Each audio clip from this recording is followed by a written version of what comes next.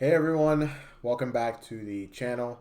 I'm in quite the different spot right now. I'm currently traveling for work, but I wanted to get out a video on Monday, as I normally do, and try and just kind of talk about the 30th anniversary of PlayStation, which just recently came up. And I decided to make another easy mode before the year ended because I feel like this would be a really good use of it, really good way to put it in there. With, of course, the more highly edited videos coming later down the line. But um, so yeah, let's just get into it. So the PlayStation 30th anniversary has happened recently. I don't want to add this air of seriousness to it, but it's kind of had me thinking a little bit about the PlayStation brand and all the cool things that have come out of the past 30 years of PlayStation. Now, I'm not 30 years old or even way older than that. I'm only 23. But I remember, one of my first systems being a PlayStation 2. And I guess I kind of also want to outline what I'm going to be talking about specifically in this video, which is, how I got into PlayStation, what PlayStation means to me, and where I see PlayStation going from here. And the thing with that too is I don't want to make it seem like this is a whole praising the corporation thing because it's not, right? It's not that, I don't want to lay praise onto a corporation or a product or whatever, but the good memories and the good feelings and the good vibes that come out of all of that, it's nice to kind of reflect on, especially when you realize that it's an anniversary period and 30 years ago on this year or not this year, sorry, 30 years ago, 30 years before today or December 4th or whenever the anniversary is, that the PlayStation 1, came to the market. It, went from idea to finished product. And I think, that's a dope thing to just realize and centralize. So I got into PlayStation, I think it was 2008, either 2008 or 2007. But I had just moved to Nigeria, right? So I'm Nigerian, and I was living back in Nigeria for about 4 years, for a 4 year period of time. I didn't know that at the time, but it was for 4 years. I'm just a little kid, following my dad over to where he grew up, where he was at, and going from the U.S. to Nigeria, right? It was something I wasn't familiar with, right? And I like video games. Passively, my first console was a N64, and I didn't really understand how video games worked. There was a lot of whole driving around in Mario Karts with the balloons, balloon battle mode or whatever, and just playing stuff like GoldenEye and just running around, just stuff like that, right? And I got a PlayStation 2, right? Because my mom was like, well, if you guys are going to be over there for a short period of time, then, I might as well supply you guys with some games, right? And we got a PlayStation 2. And I remember thinking, oh, okay, this is a really neat little thing. Got it set up on the TV for us, and it came with some games, right? And a game that it came with that I most noted, and a lot of people who know me, if you've been on this channel a little bit, then you may kind of you've only seen one video about this, two videos about this franchise, but one video really about the game. It was Sly Cooper and the Thievius Raccoonus, and that game, what it did to me, what it did in terms of kind of setting me alongside this path, was something that can't really be understated. The beauty of the PlayStation 2 was that its library was massive, right? It was huge.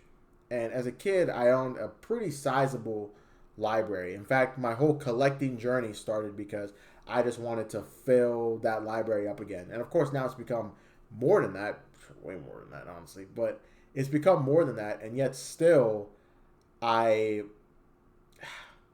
I still go back to the PlayStation 2 and the classic original library that I had before. And I pick out games from my shelf and I look at them and I'm like, oh, this is a nice little thing, and, all that. And it just makes me remember those late night gaming sessions, or those sessions where I tell people this all the time, where because I'd go to church and then I'd come back and the first thing I'd do is boot up the PS2, and I'd come back from school, and if I had power, I booted up. Before I had a hard line like no games on a school night rule, right? And with that came so many fun memories from those games, right? Trying to 100% them, or beat their stories, right?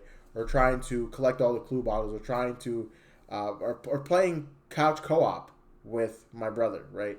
Those are all moments that I cherish, and they're all moments that the PS2 was able to make happen. Because outside of the PS2, I did not have any other home consoles. I only had handhelds. I had a DS, a Game Boy, but that was it, right? That was it, and you could interact with people using those, of course. People remember PictoChat, they remember Download Play, but to sit next to your brother or your sister or your dad or any other family member or friend and play a round of Gran Turismo with them, or play a little bit of Mario Party with them. That's not a PlayStation game, but you get where I'm coming from, right? And it is so like it's one of those things where you think about it a little bit and you're like, wow, this is something that I I of course those experiences aren't really there anymore in modern day gaming, but that's not this isn't a video about modern day gaming as a whole. A little bit of modern day PlayStation, but not modern day gaming as a whole, right? But those experiences contributed a lot to the PlayStation 2 experience, and it contributes a lot to the nostalgia you see for that experience, right?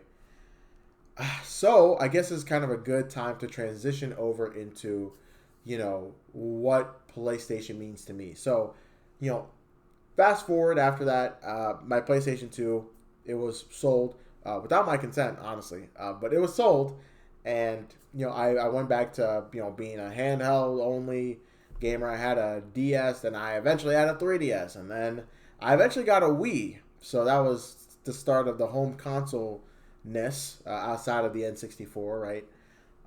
And it took a lot of bargaining and willpower to get that Wii U after that, but I still very much badly wanted a PlayStation again.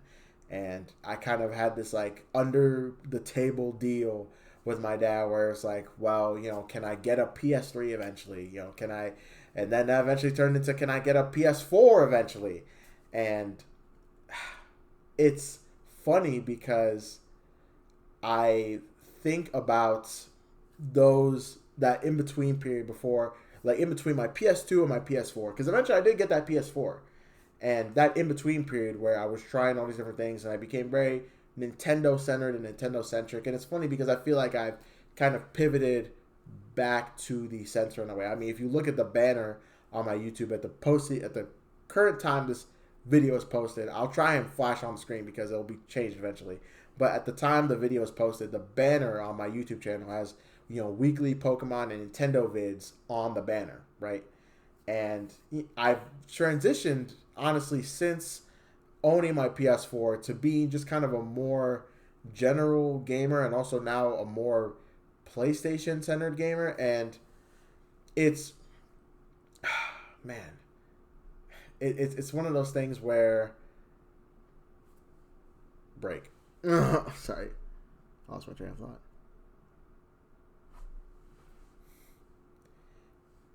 It's one of those moments where PlayStation just kind of regained its spot, honestly, in terms of the passion I had for it. And it's where a lot of my passion, if you're familiar with me, outside of this YouTube stuff, and familiar with just how I kind of speak about the PlayStation, sub brand underneath Sony and the intellectual property they own, and just how I feel like a lot of it isn't going in the right direction, or how like maybe things aren't as good as they could be. Like they're good, I think. Overall, I'd say they're good. We're still getting good games, but I feel like it could be better, and I'll touch on that later. But with moving over to the PS4, right, and eventually the PS5 as well, that PS4 PS5 generation comes after the mistakes made with the PS3 generation. I didn't get to experience the PS3 generation, but I was in it. I was in the thick of it, and seeing how so many of my classmates and the people I interacted with, the people 12-year-old me interacted with, being like, oh yeah, like I got a 360, I'm on Xbox Live, etc. Like I wanted a 360 so badly because of the community that was rooted now in the Xbox ecosystem and just all those different things that you didn't really see anymore in PlayStation. And the PS4 changed all of that, right? So the PS4 comes in and it basically claws its way back into being the top dog in the gaming space, because at this point Nintendo's doing its own thing. Or if you're looking really at 2013, they're just dying basically because the Wii U's not selling anything.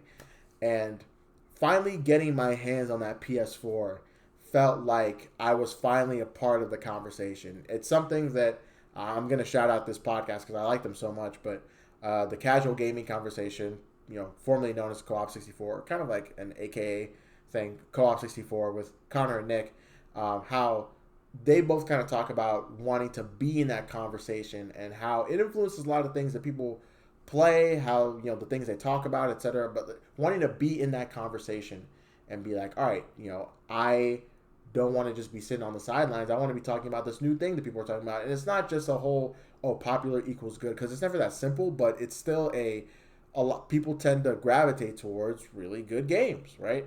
And I was missing out on a whole slew of really great stuff because I was a Nintendo only gamer at that point. It was bad. I was defending the Wii U with my life. So here I am now at the PS4. I'm experiencing these, titles that have shaped the PlayStation brand now in this new generation. Horizon Forbidden. No, that's a different one. Sorry. I'm experiencing these new titles that are shaping the new generation of gaming, such as Horizon, God of War, Ghost of Tsushima. I didn't play Ghost of Tsushima yet, or God of War yet, but Horizon, PlayStation Now. I was big on PlayStation Now because I wanted to play a lot of the older stuff that I missed out on, right? And even the PlayStation Plus stuff was something to gravitate towards. The Spider-Man games, right? And I had my PS4 for a while until the PS5 came out, and I wanted to get that on launch. I traded in my PS4. I said, all right, I'm all in on this new generation. And I was all in for a while. Eventually, I started to return back to my Switch because the PS5 had launched after the Switch. So I returned back to my Switch, and I think I did so primarily because the PS5 was off to such a slow start. And this wasn't really a fault of Sony. It was more so a fault of the pandemic, the supply chain, and even just how gaming, dev culture had works now, where a lot of games take a long time to develop for. They take a long time to really get out there. And, at the time of this recording, we're almost 5 years into the PS5's lifespan, and we have no Naughty Dog game, right? So there were 2 Naughty Dog games that came out last generation, and there were like 4 that came out the generation before that in the Uncharted series and the Last of Us series. Same thing with last generation, the Uncharted series and Last of Us series. But CC my rambling, right? We have now looked at, right, a scenario where the PS5 is not off to the start that Sony's expecting, right? And there's no real reason to switch over from the PS4. Wish you would have told me that, honestly. If I could go back and change time and be like, all right, dog, like, you've got the time to save it up legitimately, save up that bread. So you kind of have this weird time for PlayStation where they're not being challenged. You're off to a slow start, and eventually you get some heavy hitters. You get your God of War Ragnarok. You get your Spider-Man 2. You get your Ratchet and Clank Rift Apart, which I think was almost like a launch title. So I don't even I'm struggling to think of games that really launched at that time, because we're now in this period where there's these timed exclusives, right? Where there's these exclusives that release for a short period of time on PlayStation, right? And then they're immediately ported over to PC. Not immediately, but you get what I'm talking about. They're ported over to PC. And I think that's one thing where a lot of people kind of have the cynicism about the PlayStation brand because people look at not only how PlayStation Studios is looking at their output as something to be like, well, we'll port it over to PC, and it's fine. Don't get me wrong, it's ultimately fine. I'm just saying this is kind of where some of the sentiment comes from a little bit. I'm going to list a bigger reason as to where the sentiment comes from, but it's where some of the sentiment comes from, where a lot of people view it as, all right, like the idea of a console exclusive, aside from what Nintendo outputs, is dead, right? And so you look at it, right, and you're like, all right, well, with this case, how are we also going to look at the quality of PlayStation's output? Like, how is that shaping up? And that's where people also see that there's maybe not as much variety as they want. Now, I'm not going to say that there's no variety. Every game looks the same. That's not true. Horizon Zero Dawn doesn't play the same as God of War, and God of War doesn't play the same as Ghost of Tsushima. But there's these over-the-shoulder action games that they look very similar. They look the same, right? And you can take these things, right? You can take these things and say, well, I'm a gamer who grew up with Jak and Daxter. I grew up with Twisted Metal. I grew up with Metal Gear Solid. I grew up with Sly Cooper. I grew up with OG Ratchet and Clank. Personally, I haven't played OG Ratchet and Clank, too much of it, to really comment on that. But again, rambling, it's not important. Overall, you see these people who are like, I grew up on these well-varied games, and even looking at 2013, as early as 2013, which is crazy to say because that was 11 years ago, but as early as 2013, where you get stuff like a Gravity Rush or a Tearaway or other really phenomenal things that the Vita's coming out with, and even the PS3 had a good amount of variety there.